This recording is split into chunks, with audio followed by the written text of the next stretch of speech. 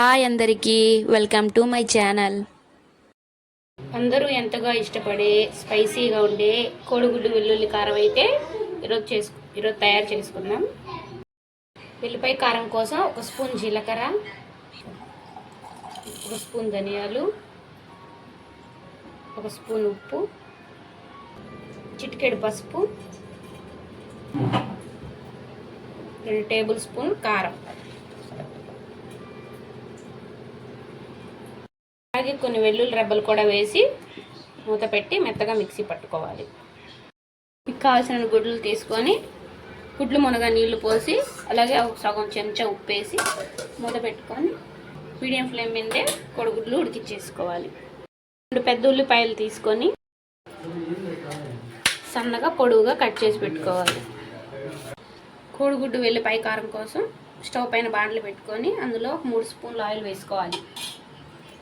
Oil వేసుకున్నాక 1/2 spoon ఆవాలు,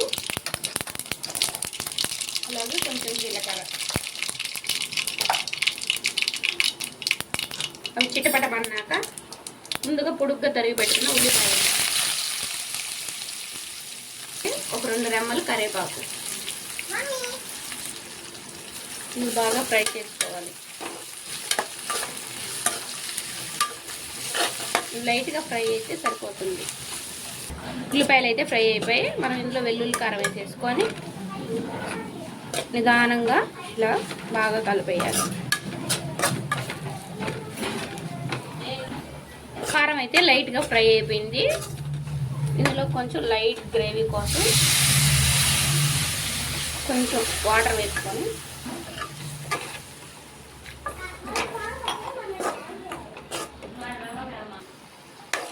కొంచెం మగ్గాక మనం ముందుగా ఉడకబెట్టి పొట్టు తీసి పెట్టుకున్న కోడిగుడ్లు కూడా ఇందులో వేసేయాలి.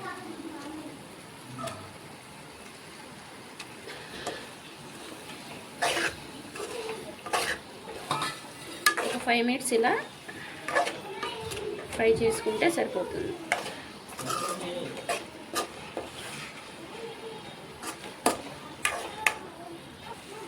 మన కోడిగుడ్డు వెల్లిపాయ కారం అయితే రెడీ అయిపోయింది. ఇప్పుడు మనం ఫైనల్ టచ్ కొత్తిమీర ఇచ్చేసుకుందాం. కొంచెం కొత్తిమీర చల్లేసుకొని ఇలా నిదానంగా ఎగ్ విరిగిపోకుండా ఇంకా కలవేసుకొని